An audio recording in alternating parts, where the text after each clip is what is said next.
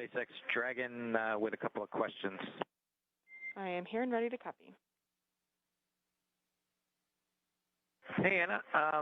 We show about an hour and 11 minutes since we started drying the suits, just to let you know that. And then the other thing is we can put 4.400 section 2 in work if you think we have some time before we get the hatch open.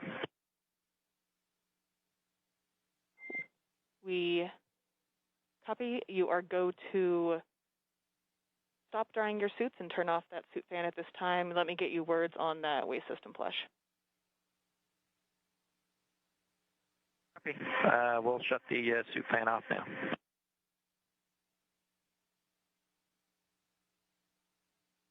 In Dragon SpaceX, we are about a half hour prior to hatch open, so you are go to do that waste system flush if that sounds good to you at this time.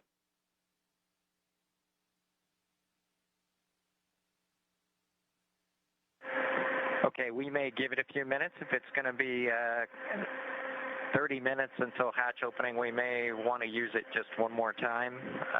So yeah, we may hold off for another 10 minutes or so, but let us know if anything changes. Otherwise, we'll do it then. Totally reasonable. Sounds like a good plan. Thanks. And Dragon, Houston on Dragon 2 ground. We're still working comm issues. We're going to take down the big loop now. We'll maintain you on Dragon to ground. We'll call you when we have hardline back in place. Stand by 1 second. Chris. Dragon copies, Houston. Thanks. Go ahead, Chris. Sorry, I was talking to Dragon. Yeah, no problem. Hey, I'm just looking ahead at the PAO event, and I know it says video through the node 2 and space to ground 2 up and down. It would only take me about 1 minute to change back over to the encoder and go do comm the normal way that we do PAO events, if that's something that's preferred. It really is super fast, and I can get you that way in that config real quick if you need it. Later. Copy, Chris. Yeah, copy. Thanks for that. We'll offer it up, and I'll let you know if we want to go that way. Copy. Obviously not urgent or important, just throwing it out there.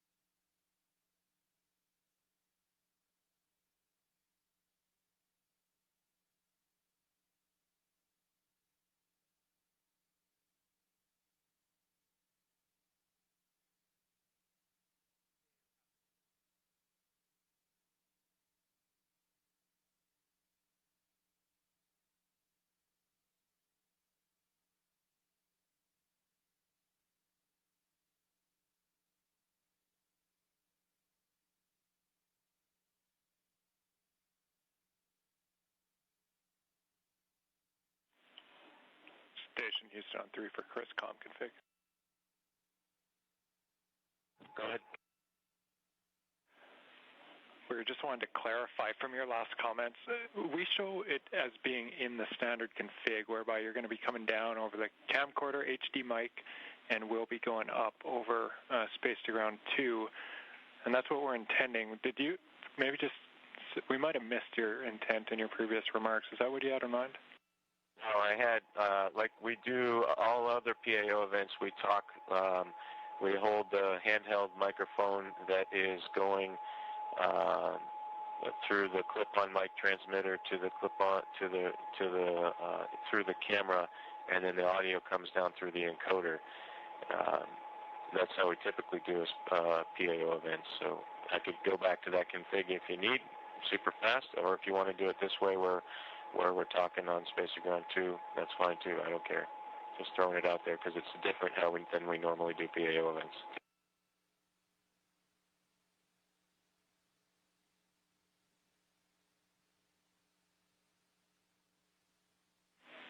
Semi. And just to be clear, well, the configure now is the Node 2 camera is not connected to the encoder, as you probably know. So all I would do is just plug the cable back into the encoder and switch back over to the nominal Node 2 camcorder.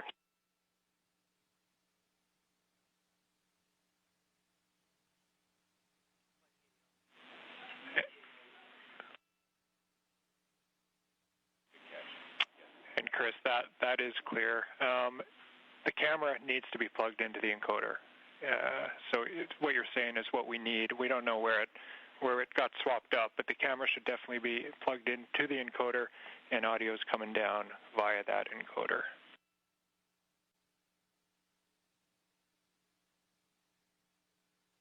Okay, so yeah, we'll just use it on the. I guess what I was thinking is going back to one without a battery and not be dependent on the battery, and going back over to the nominal cable, which includes power. I just get a little leery about relying on these batteries. Copy. We have Photo TV online, so we're talking to them on the phone right now. Stand by one.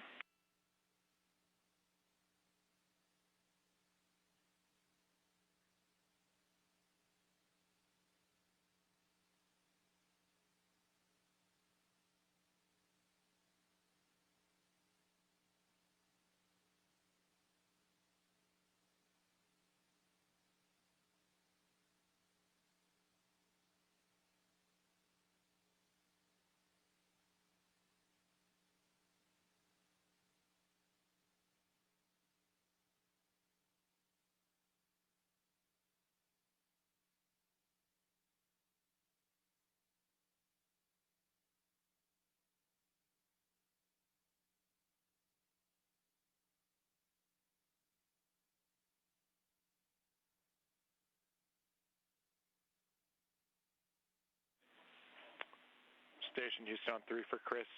Microphone and the free float camera both connected to the encoder. Does that clear it up?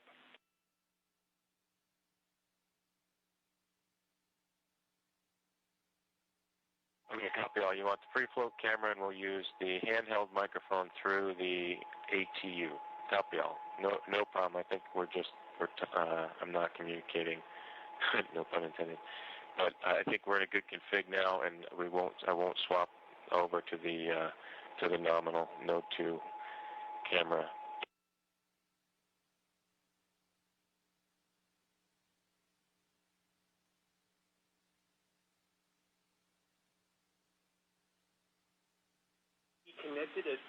Down by Chris.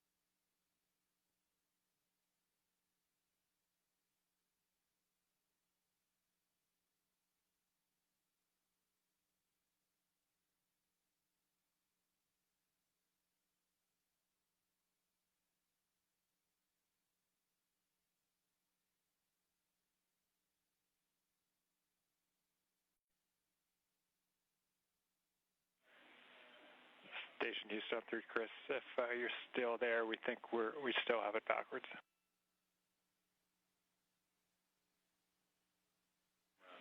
So I see you look. Yeah, I see in the video now. So we still have PAO on the line. Sorry for the confusion, but I think this much is clear. This morning, we moved cameras, we swapped the cameras that were connected to the encoder. What we want now, we're getting video from the free float camera through the encoder, so that's good. We're seeing it right now.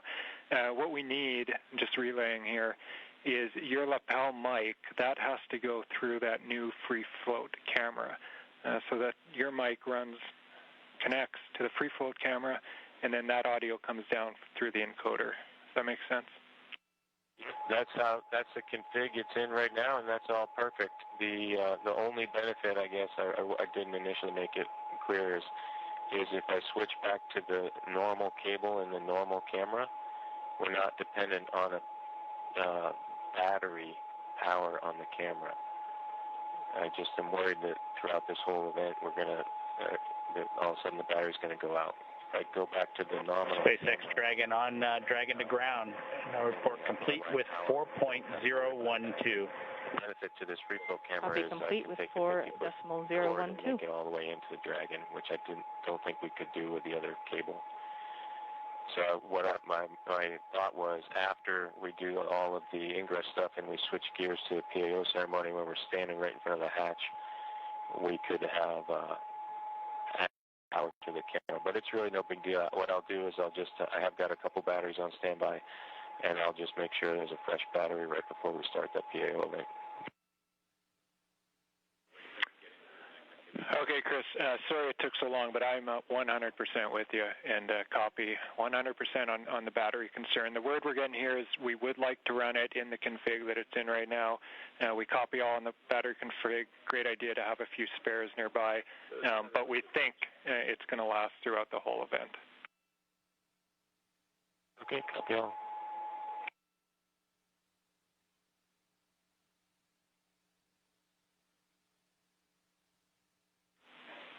And Station Houston on 3 for Chris. With that out of the way, you have a go when able for your 1615 activity. 1615, that's your go for steps 3 and 4 in 2.102 Crew Dragon ISS arrival. Okay, 1615 activity, in work.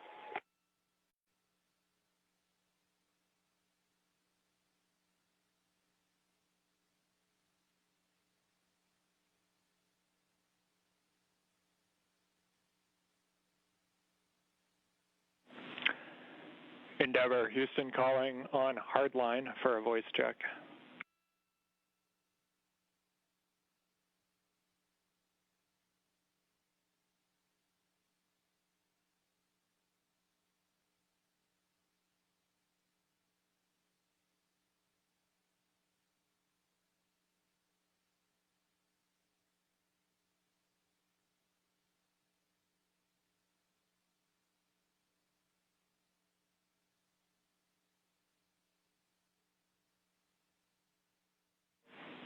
Endeavour, Houston calling via hardline for a voice check.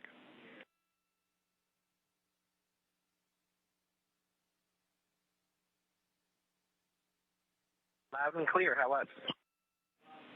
Hey, Endeavour, Houston, we have you loud and clear on hardline. Great news.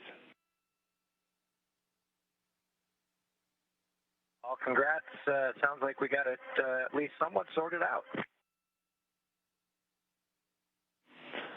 Affirmative, concur. We think we might have found it interference between C2V2 and the hardline system, but we're going to keep it here for now and proceed down the timeline. Never copies.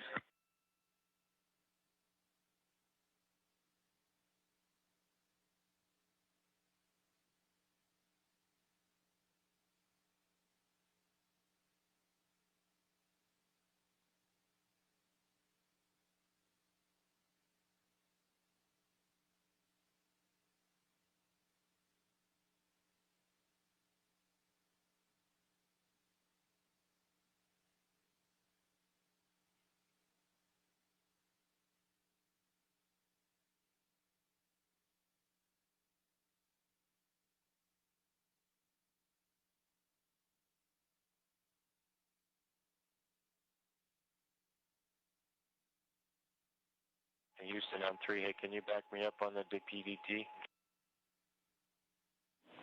Will do, we're checking.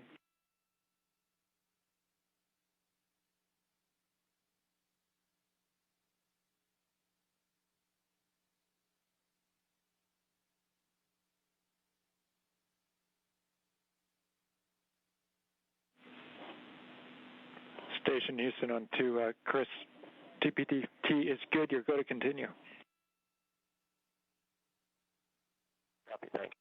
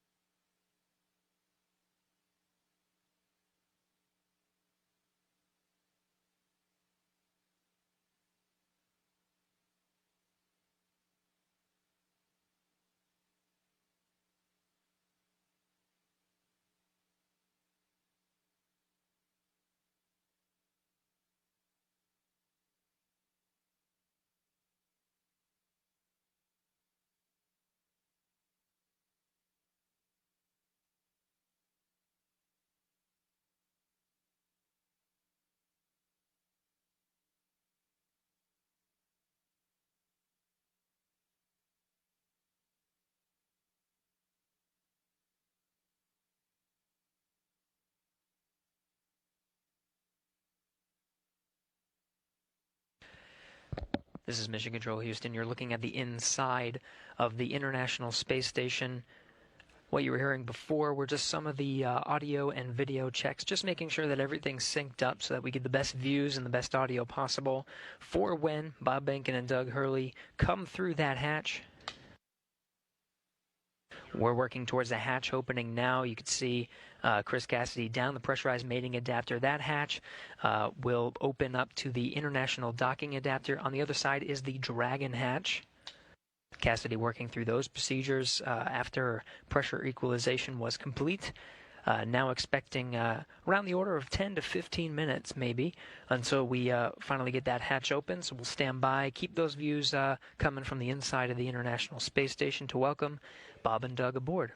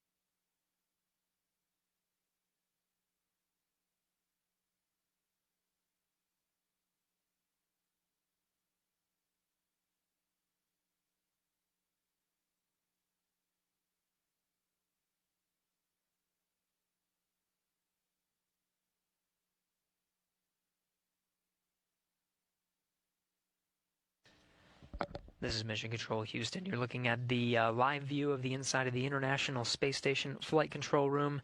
The team here, Orbit 2 team, led by Flight Director Scoville, is working through the intricate process of making sure everything is ready to open the hatch and welcome Bob Behnken and Doug Hurley aboard the International Space Station.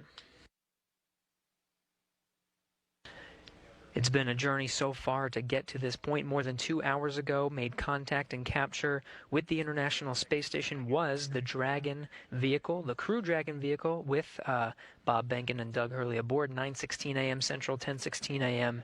Eastern. Dragon FM voice check. How do you read me? Counting. 1, 2, 1, 30-minute 1, timer 2, that you gave 2, us a little 1, bit 2, earlier. 3, 1, 2, 4, 1, 2, 5. Here, and then give you go to come back on board.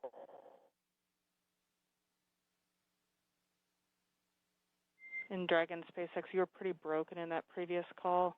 Here's some stations with the ground 2. I don't hear Dragon. I think you're being summoned by the Russian crew.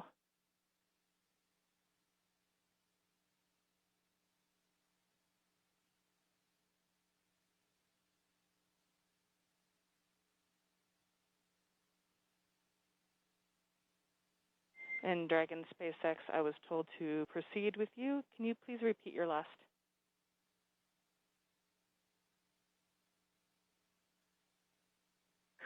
Yeah, Anna, just wanted to double check with you to make sure you had copied our last and that we were still good on that estimated timer that you gave us for 30 minutes. It looks like we've got about 10 minutes left. So we'd like to pick up in section 2 of 4.400. Checking.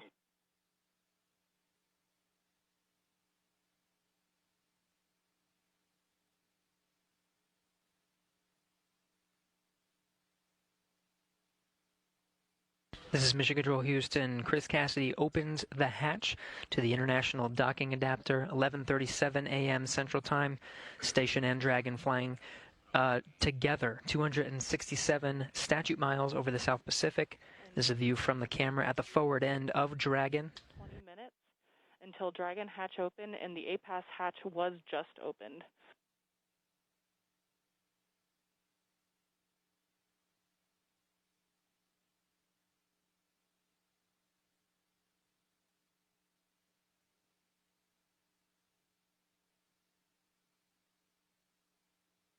Again, 11:37 a.m. Central.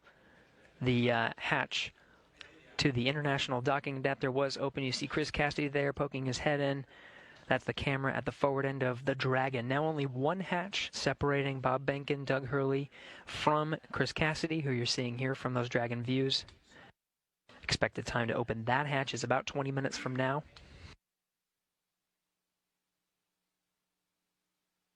We'll report that time to you and expect to do a welcome ceremony at 12:15 a.m. Central Time, 1:15 p.m. Eastern. That'll welcome Bob Behnken and Doug Hurley aboard the International Space Station as part of the Expedition 63 crew. We'll get to hear some words from them and have some VIPs here in Mission Control Houston to provide words to the teams that oversaw the entire mission and the crew aboard the International Space Station. Station Houston, we copy the hatch open, no condensation, thanks.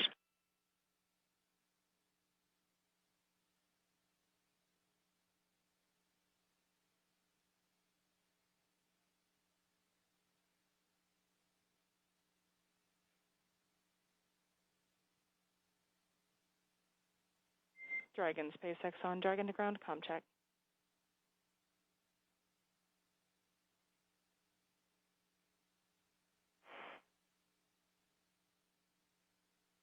Dragon to ground, how us? A little choppy, how me?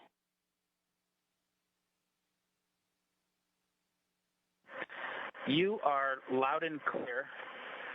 We'll put section 2 of 4.400 in work. We copy all, thank you, and please give Anatoly a call on Big Loop.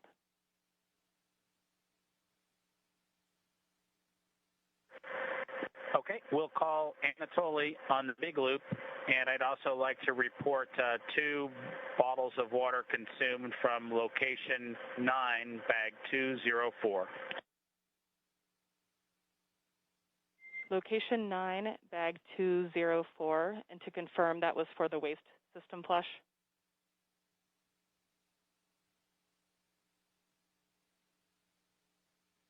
1 for the waste system.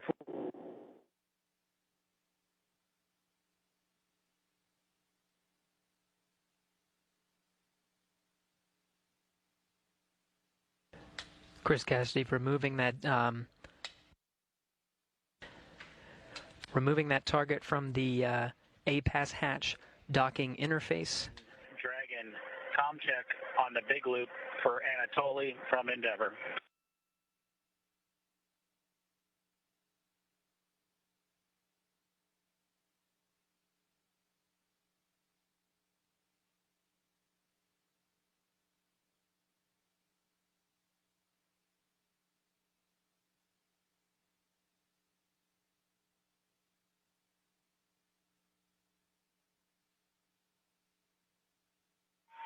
Dragon FM, voice check.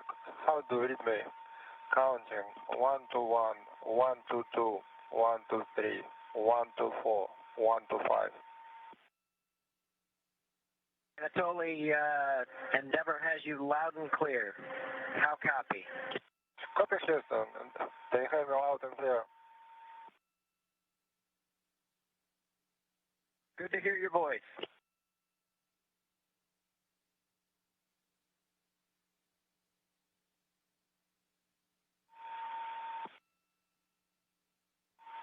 Dragon FM, how do you read me? Loud and clear. Yeah, okay. See you soon. Turning over to Houston.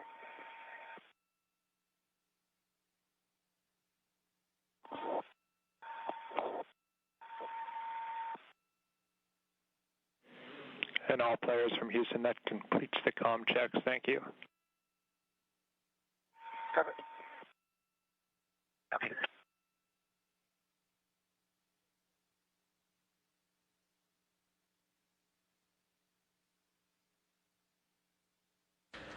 This is Mission Control Houston. Those comm checks within the International Space Station between the Dragon crew, Chris Cassidy, and on the other side of the International Space Station, the Russian segment, Russian cosmonaut Anatoly Ivanishin completing those voice checks.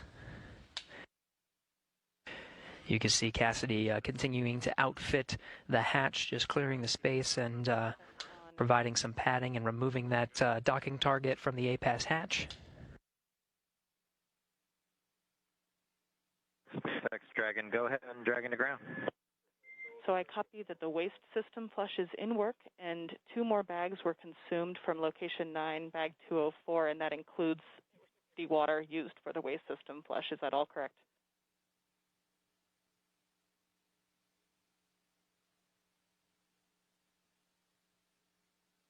From bag 204, one of which Bob is in the process of consuming, and the other will be for the waste flush. That is correct.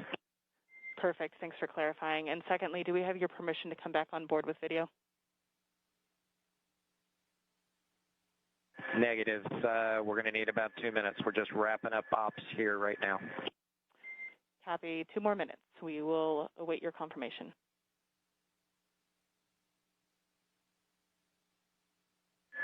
Thank you.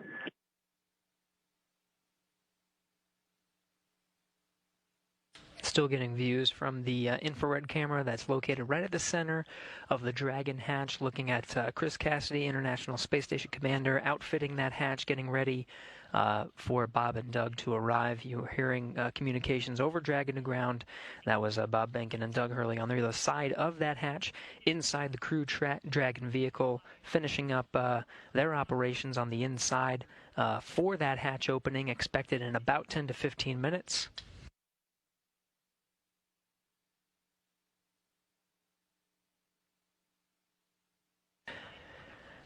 Again, it's been a process to get to this point. Just about 2.5 hours ago, docking to the International Space Station was Bob Behnken and Doug Hurley aboard the first commercial American vehicle to dock to the International Space Station with crew aboard.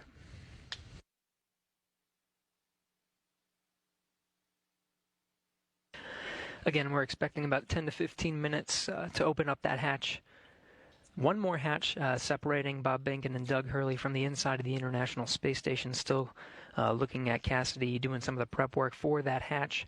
We'll get some great views that Cassidy set up over the past few hours to capture this historic moment today. Be sure to stay tuned in at 12:15 p.m. Central Time, 1:15 p.m. Eastern. We'll start a welcome ceremony officially welcoming Bob Behnken and Doug Hurley aboard the International Space Station to join the Expedition 63 crew.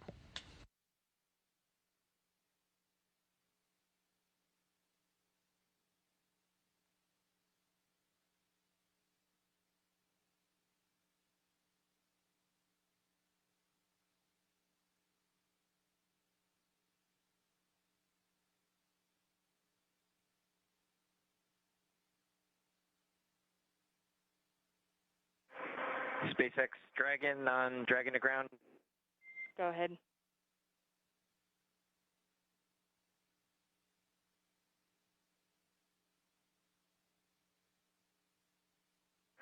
Anna, you're clear to come on board. Copy. Clear to come on board, and thanks for your patience with the comm. We are in an orientation that's creating some blockage to receive your comm on Dragon to ground. Yeah, we figured that was it. No problem. That's part of the deal.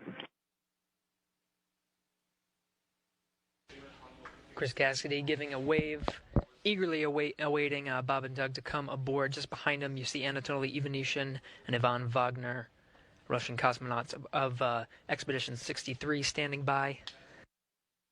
We'll be able to come aboard Dragon here in a sec, get some views from the Crew Dragon. We're in a short handover of those communications from the International Space Station. Video and audio should be regaining them momentarily.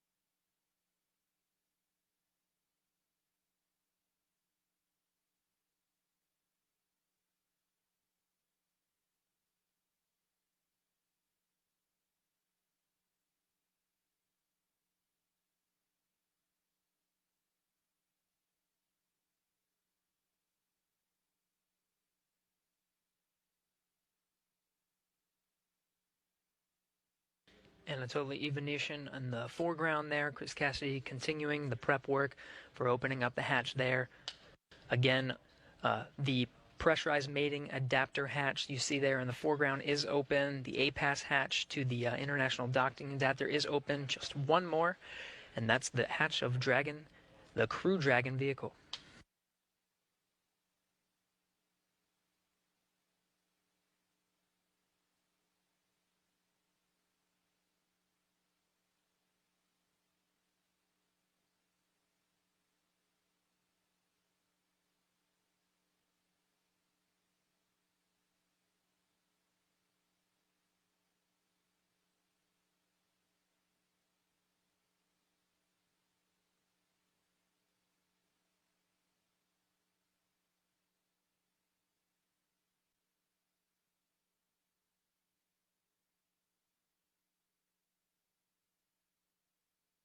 Houston Station, space to ground 2.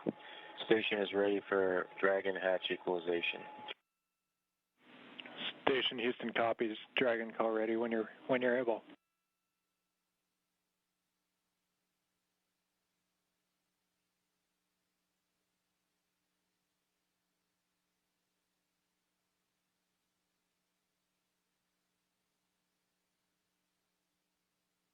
Houston, Dragon, go ahead. And Dragon, Houston, just looking to confirm that you're ready for hatch equalization.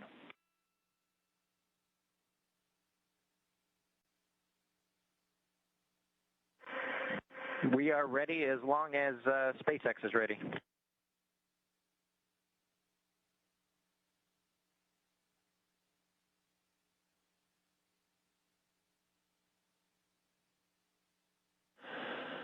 Okay, station and Endeavour, stand by for equalization. We're putting it in work. Expected equalization time, 4 minutes.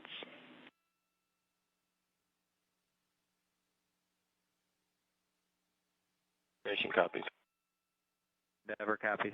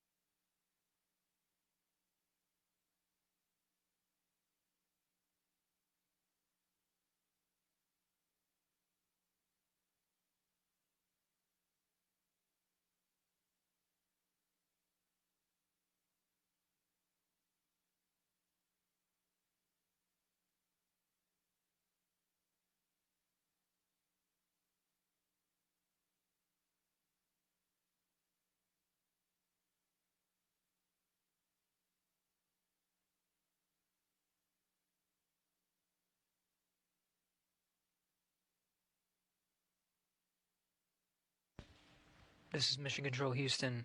We're continuing to equalize the pressure of that last hatch. Behind that hatch is Bob Behnken and Doug Hurley aboard the Crew Dragon spacecraft. We are moments away from opening the hatch and welcoming them aboard the International Space Station.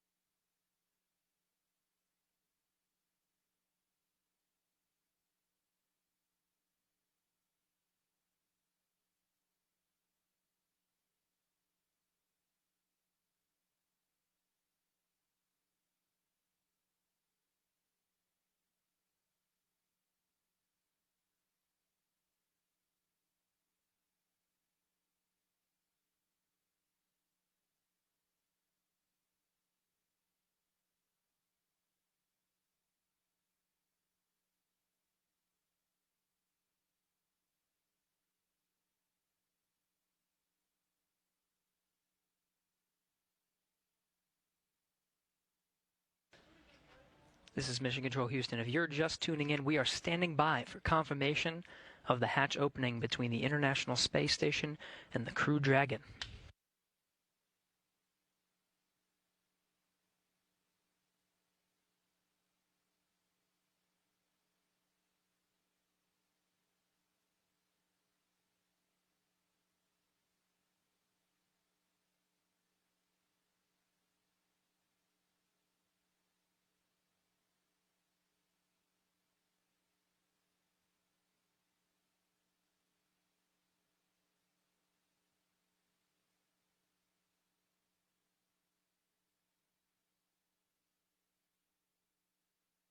There's the hatch to the Crew Dragon. Seeing Doug Hurley through the glass on the other side.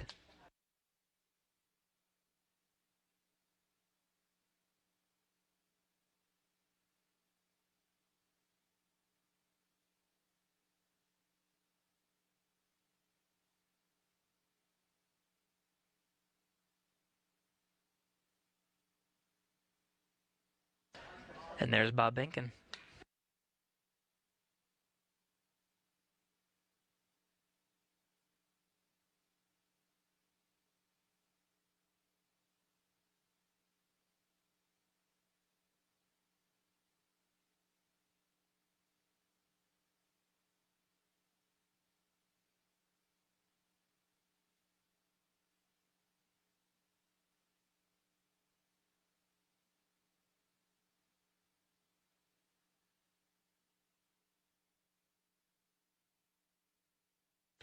Still equalizing that pressure between the Crew Dragon and International Space Station, just moments away.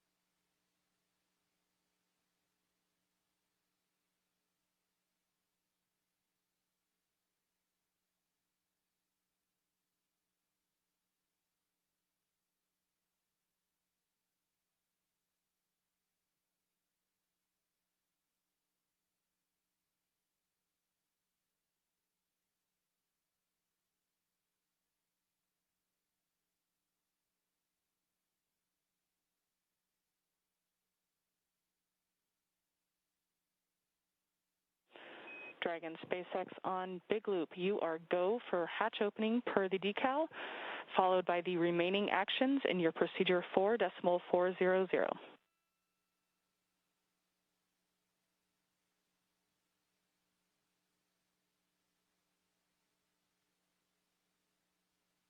Dragon copies, go for hatch opening and remaining steps in 4.400.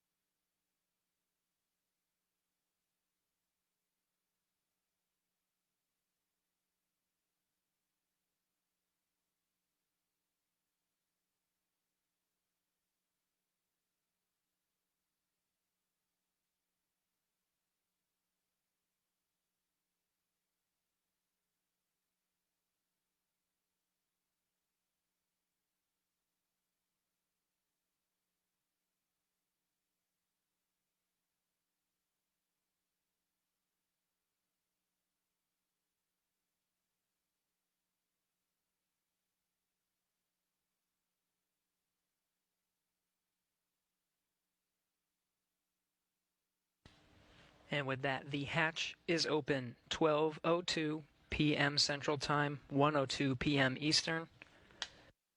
Bob Behnken and Doug Hurley opened the hatch to the International Space Station after launching from American soil on a U.S. vehicle for the first time in 9 years, the first time ever for a commercially built spacecraft.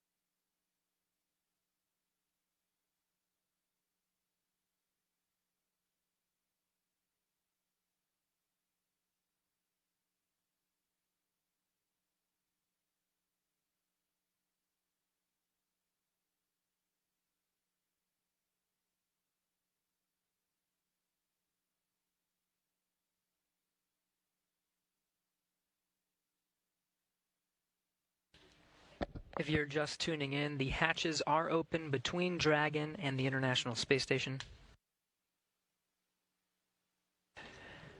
International Space Station Commander Chris Cassidy now talking with Doug Hurley and Bob Behnken aboard the Crew Dragon spacecraft. That hatch opened at 12:02 p.m. Central, 1:02 p.m. Eastern.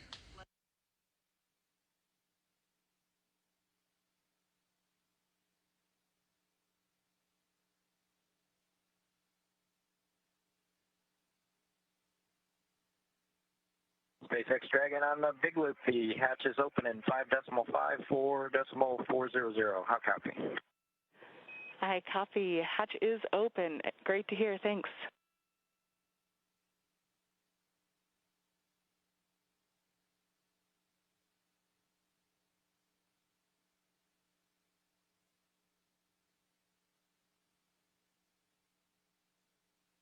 And SpaceX Dragon in 5.9, we're going to exit out of 4.400 and transition to 2.102 Crew Dragon ISS arrival through the hatch opening.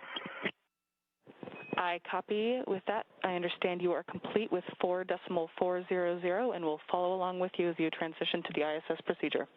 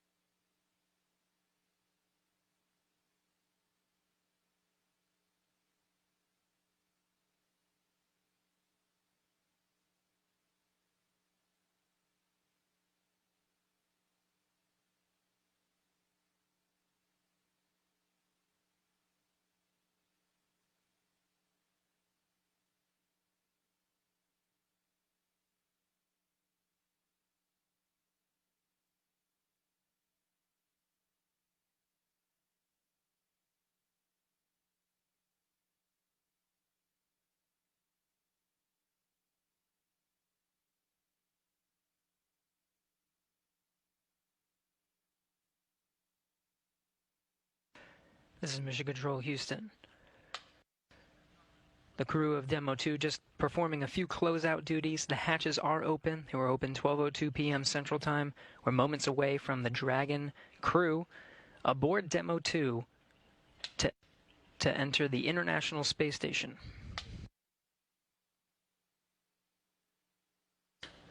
It'll be the first time that Americans will enter the International Space Station on a rocket launched from U.S. soil, built by an American company. The first time ever Americans will enter from a commercially built spacecraft.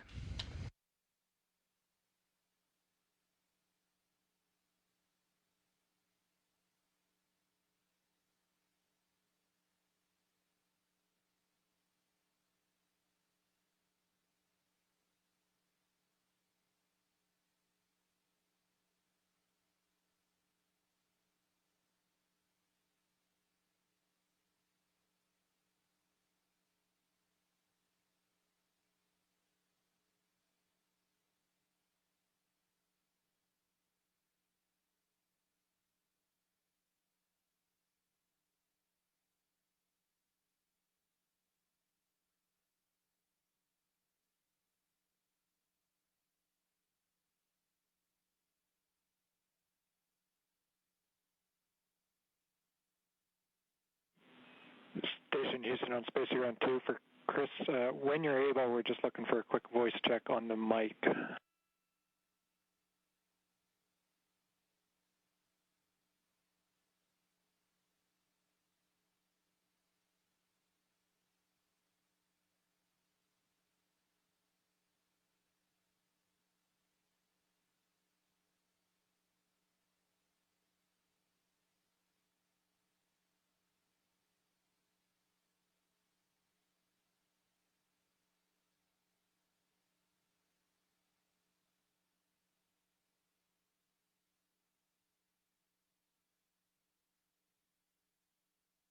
Station Space Ground 2, go ahead. Chris, we were hoping we could voice check the mic just before starting the PAO event.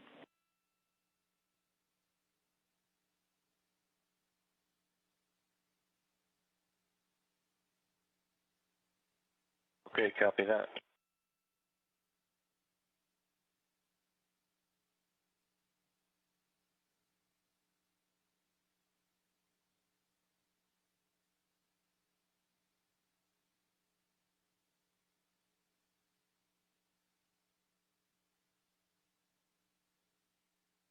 Houston Dragon on the big loop in step 6.1 of 2.102. IMV duct installation is complete.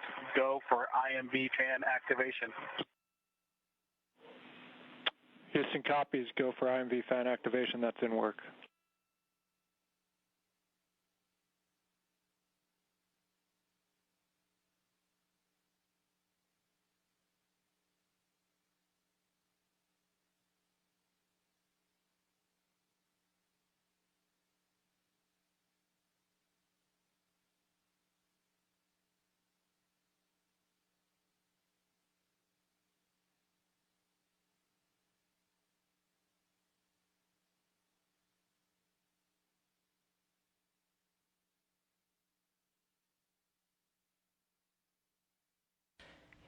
If you're just tuning in, you're getting a live look.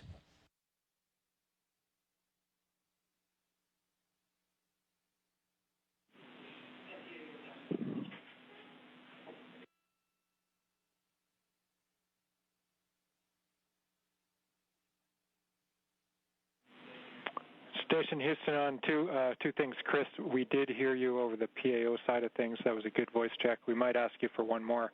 And then for the Dragon crew, you also have a go for 6.3. That's opening the location 23 and checking for debris. Dragon copies 6.3 in work.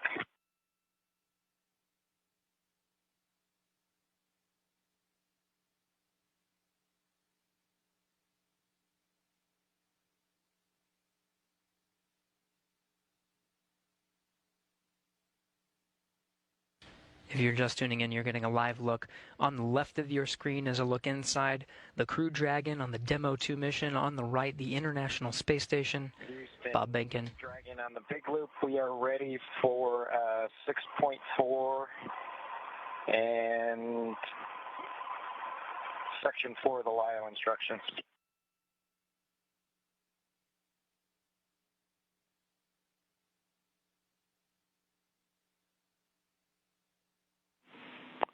And Station, we copy. Dragon crew, you are go at 6.4.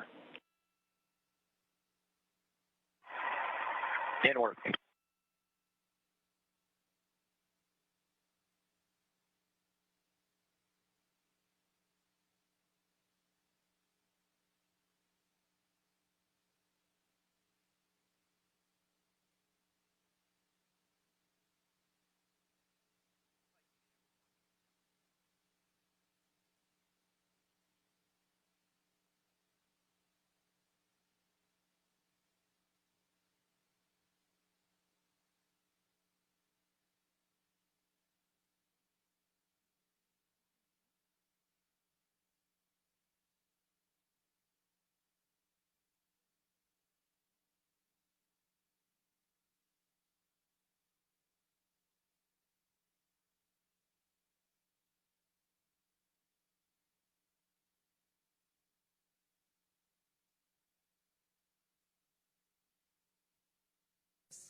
Abigail Stewart-Kahn, and the Director of the Office of Economic and Workforce Development, Joaquin Torres.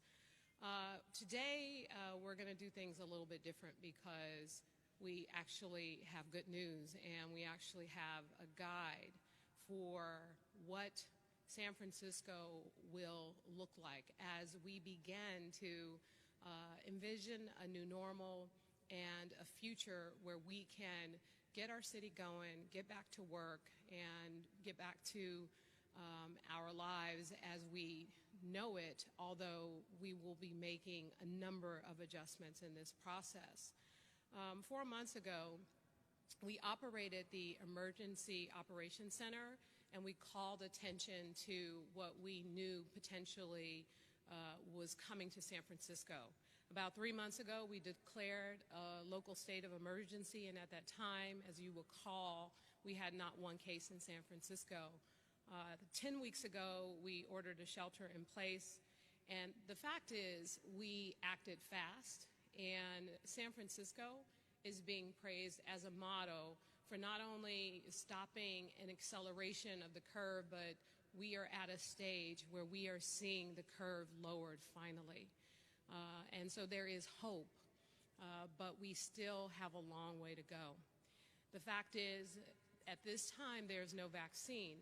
And although we've made progress, at any given moment, any event, any wrong move, even moving too fastly to reopen our city could put us in a situation far worse than what we've seen in other places like Italy and even in New York City. And what we want to do is avoid going there. And that's really why the reopening has been slow and it has been safe because the purpose is to keep the public healthy and to make sure that we stop the spread, but also we understand the need for people to get back to work. We understand that not only is public health challenged at this time, but we also realize that the financial health of so many residents of San Francisco is in jeopardy. And so we want to balance those things, and that's been a really tough balance. And so today, as people all over the city continue to ask, well, what's happening? What are we doing? Is this being extended?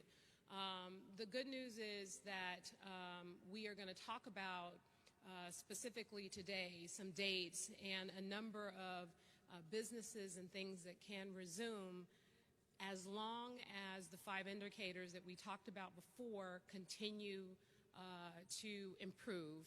The testing capacity has gone up considerably, the PPE capacity, the number of deaths and hospitalizations and other things we are seeing stabilize, and in some cases the hospitalizations have been lowered. So that's good news, and we want to keep it that way.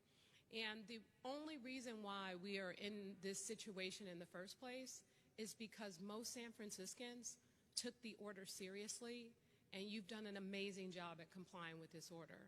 So we wouldn't be here if most people wouldn't cooperate. Yes, we know that there are some people out there who aren't following the rules and who are sometimes the bad actors, but we all know that there is no way we're going to get 100% compliance. But the fact that we have a significant number of people in this city complying with this order is the only reason why we are at this place right now, where we can really start having a conversation around what San Francisco will look like when we begin to open. All the questions, all the concerns, all the uncertainty, I understand.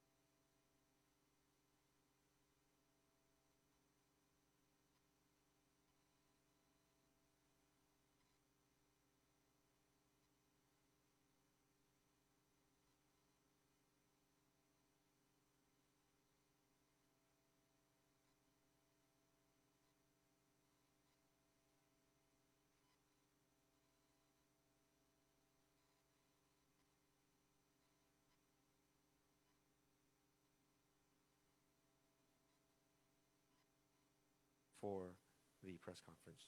Please type in all your questions on WebEx.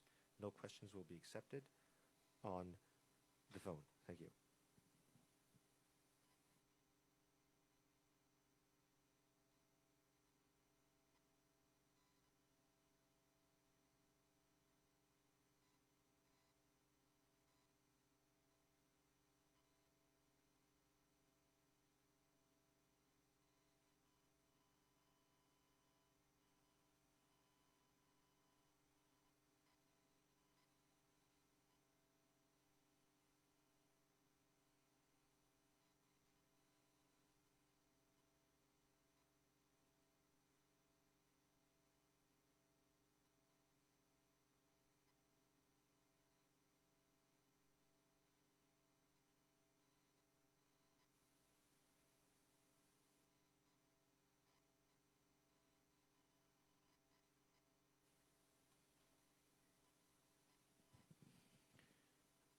Folks over WebEx and telephone, I'm doing a sound check. This is Victor Lim.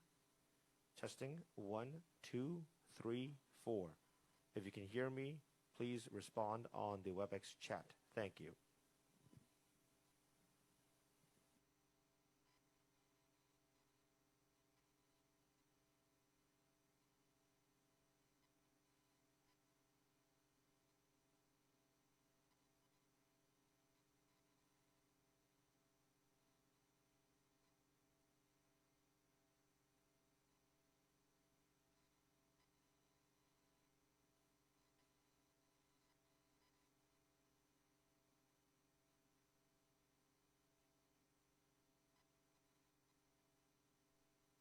Try to adjust the volume. If there's any problems, you can take the volume on YouTube on the SFGov TV channel.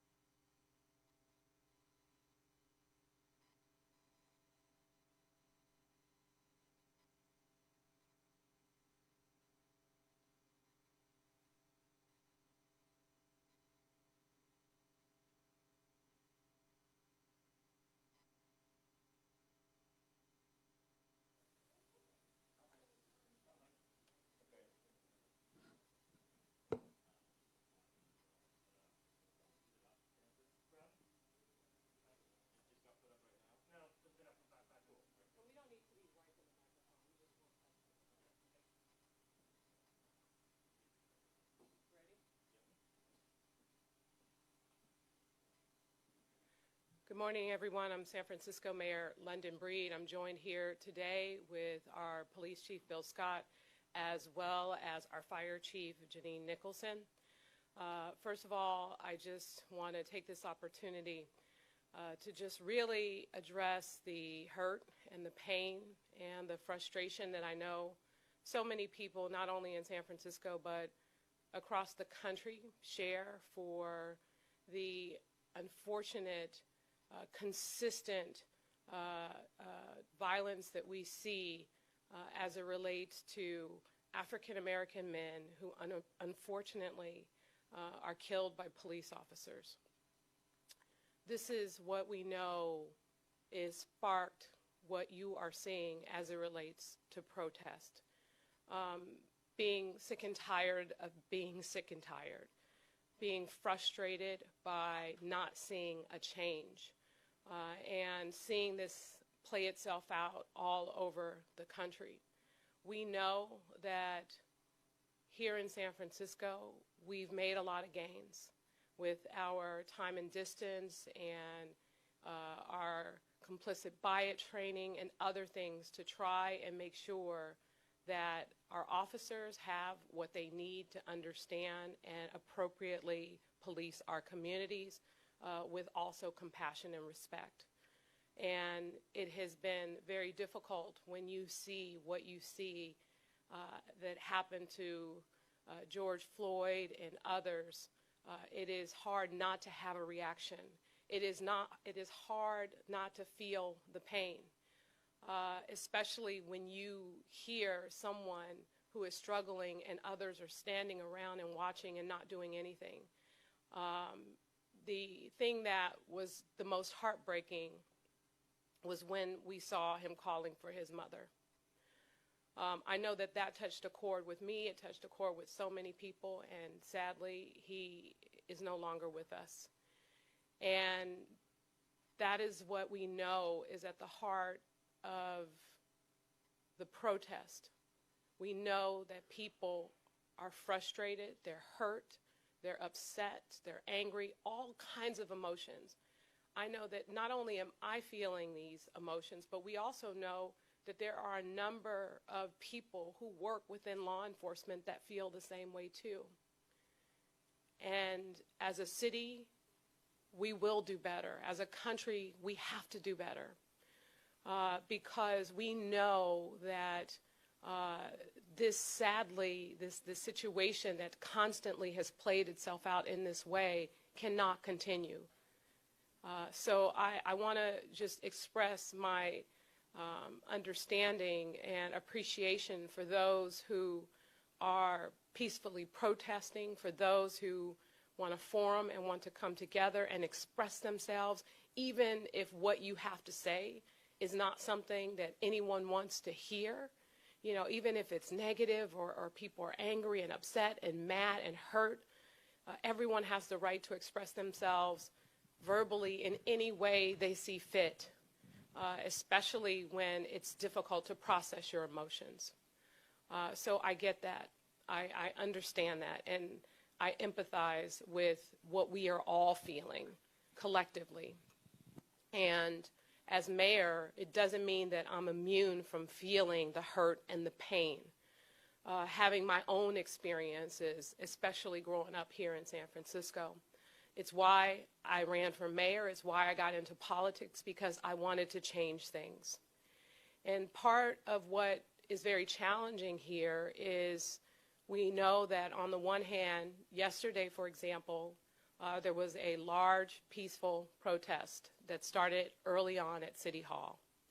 And there were a lot of people, of course, expressing themselves and peacefully protesting.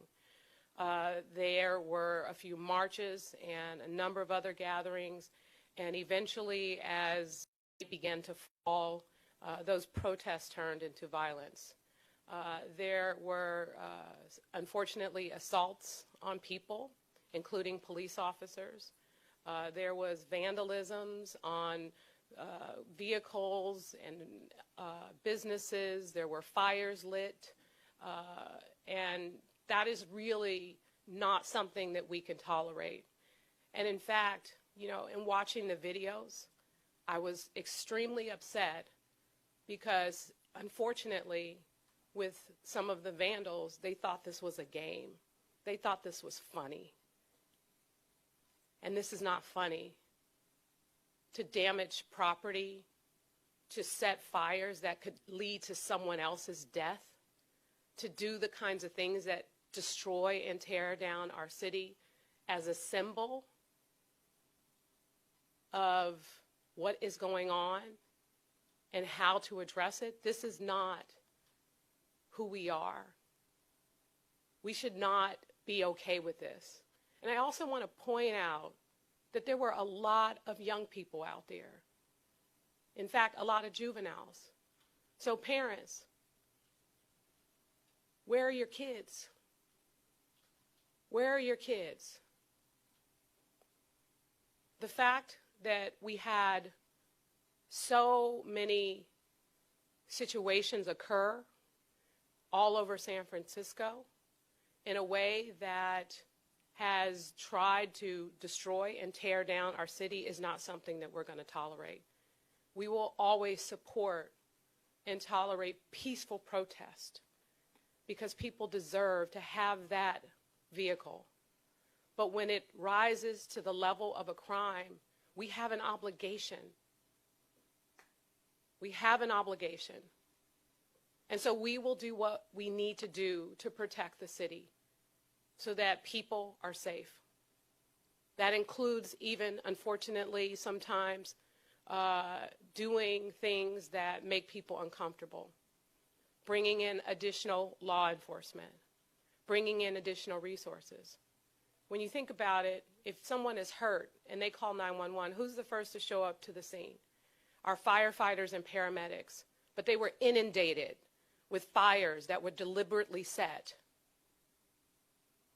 with Molotov cocktails that were thrown and ignited fires. They were inundated. So what happens if your mother is having a heart attack and there's no one to come to her rescue?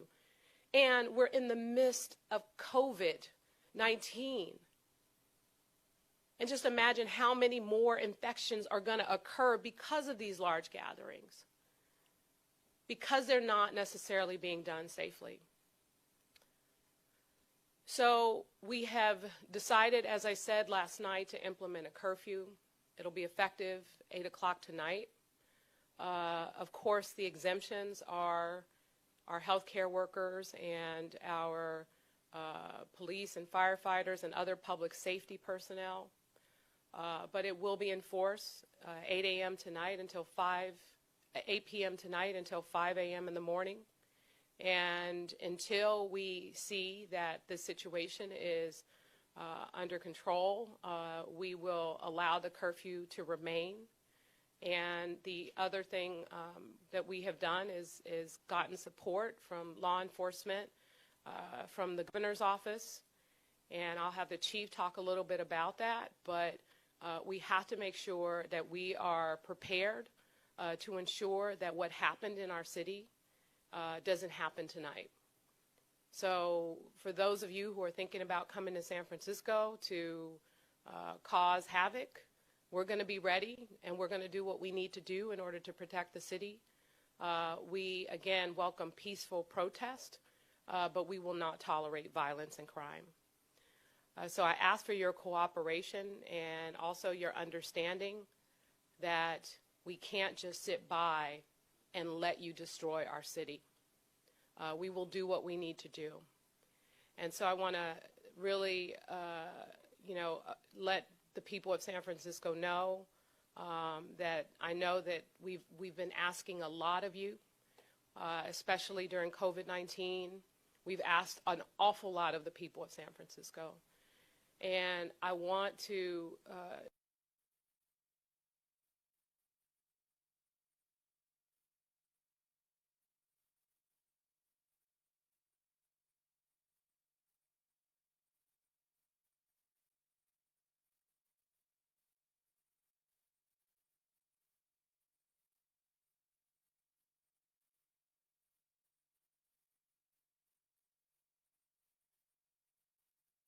Minneapolis and a member of the National Lawyers Guild. Before I begin my prepared remarks, I want us to acknowledge that we stand on native land, on stolen land today.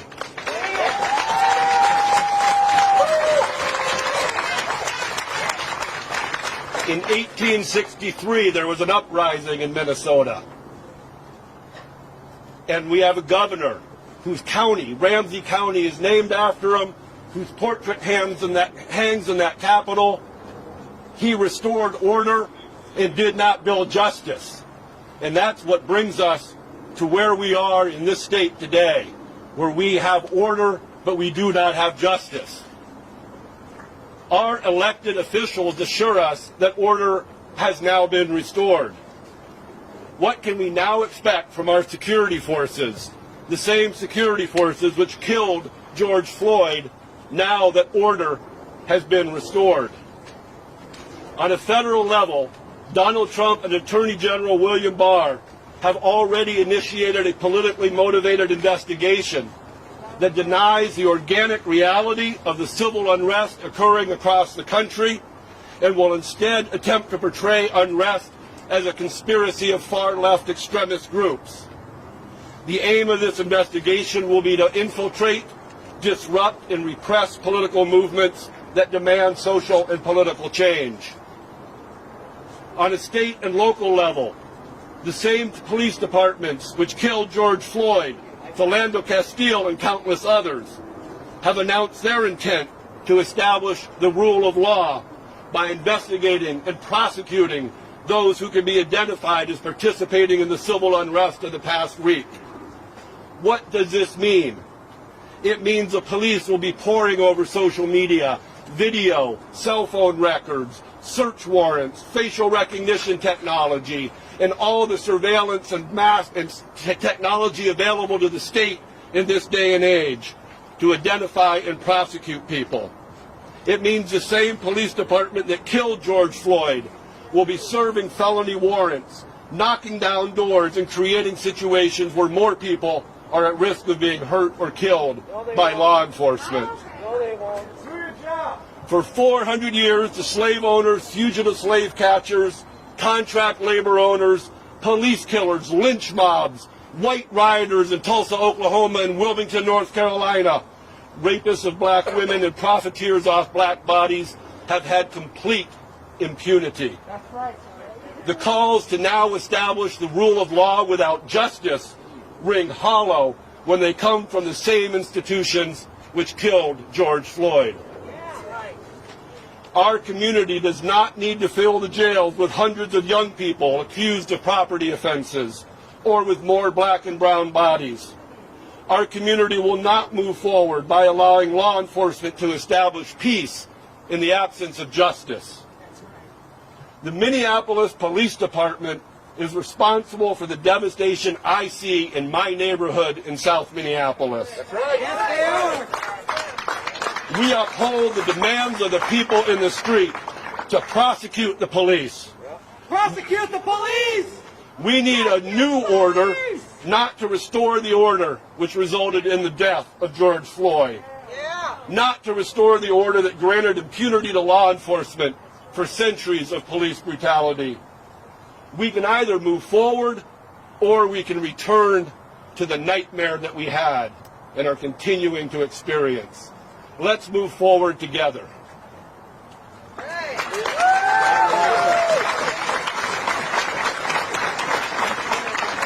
I would like to invite Nakima, Monique.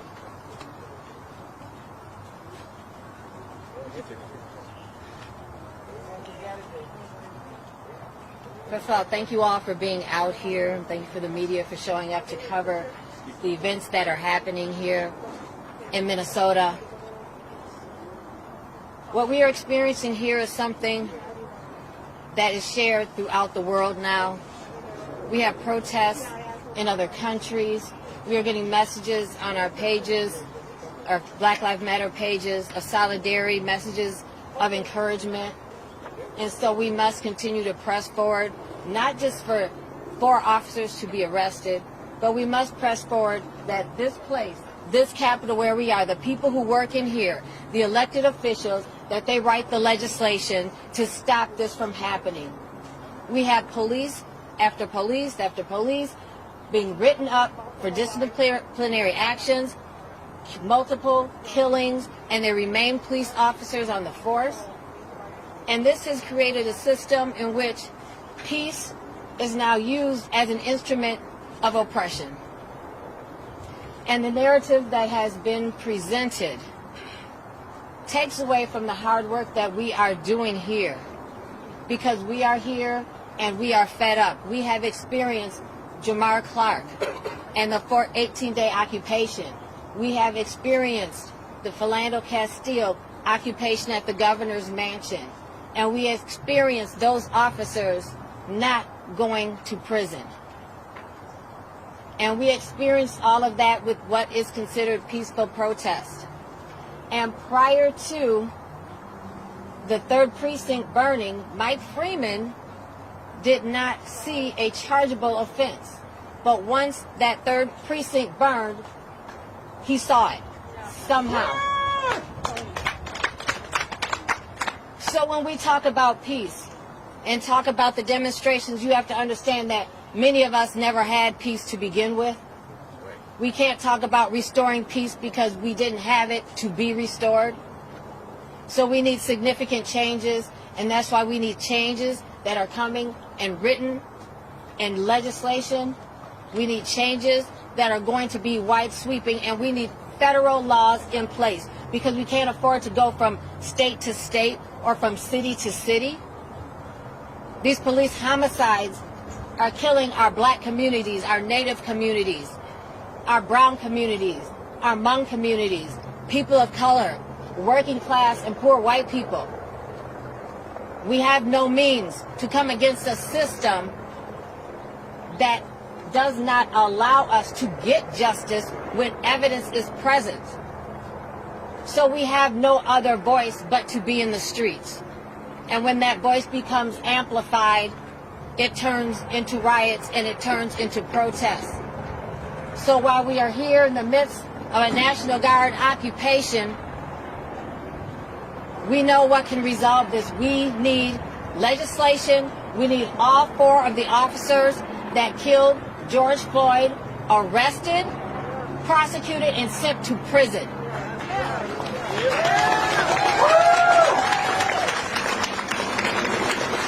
The solution is not to target the protests. The solution is to stop the reasons for the protesting. And this can be done. What has happened here in the Twin Cities with the burning of St. Paul and Minneapolis, that is the pure responsibility of those who have been in control of police officers, police departments, the governors, the mayors. That's where that responsibility falls, because we have been living with this time and time again. There are famous names that go nationwide, but there are many more that have been killed here who have not reached that national level, but we have still been out protesting for any family and anyone who wants to fight for justice. What we do here, we do regularly. That is why we've been able to mobilize and organize so fast. And with the people's support, the people who follow our pages, the people who come out like this today, we work together. And we must continue to work together. In spite of whatever narratives are presented, we know who we are, we know the work we do, and we know we're fighting for the real change and for justice. Stay with us, stay in here. We are going to get change, real change. No justice! No peace! I guess I need to say my name. I'm Monique Cullors Doty. I'm the aunt of Marcus Golden. My name is spelled M-O-N-I-Q-U-E, Cullors, C-U-L-L-A-R-S, Doty. I see someone with Marcus's shirt. Thank you. Thank you all for being here. No justice! No peace! Prosecute the police! No justice! No peace! Prosecute the police! Show me what democracy looks like! This is what democracy looks like! Show me what democracy looks like! This is what democracy looks like! And now I'd like to invite our fierce leader, civil rights leader, Nakima.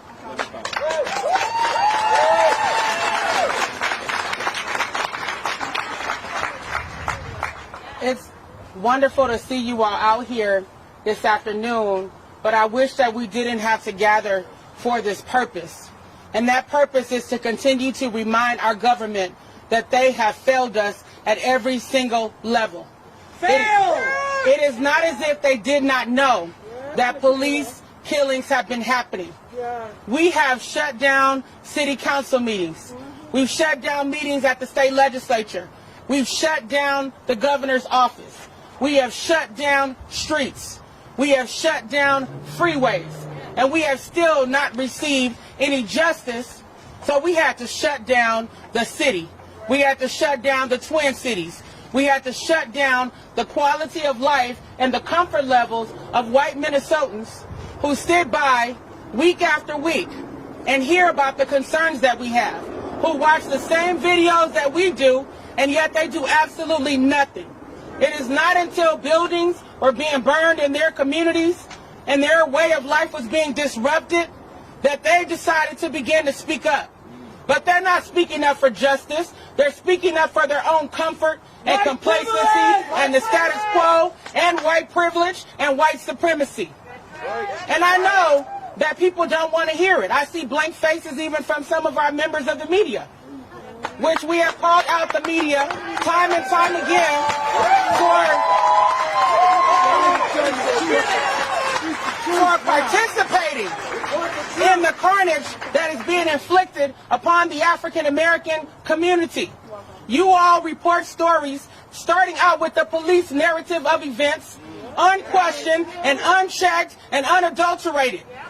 You don't even seek out black voices to tell a different side of the story. And when there are black witnesses, you silence and discredit them, just like the Hennepin County Attorney, Mike Freeman.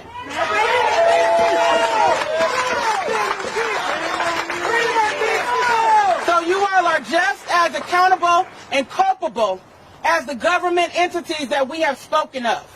Now, it's interesting to me, I've been called for many media interviews the last couple of days, and what I see is people trying to investigate and analyze the protests from